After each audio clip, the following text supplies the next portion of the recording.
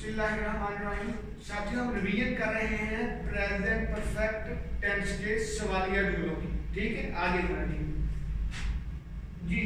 सवालिया फार्मूला हमारे पास आ गया हैज और हैव के बाद सब्जेक्ट वर्ब की थर्ड फॉर्म प्लस ऑब्जेक्ट, आखिर में सवालिया निशान।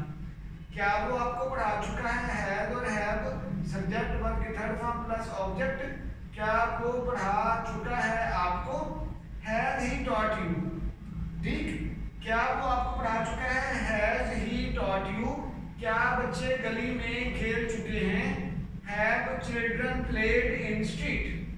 ठीक, क्या बच्चे गली में खेल चुके हैं? Have children played in street. क्या वो मरी जा चुकी है?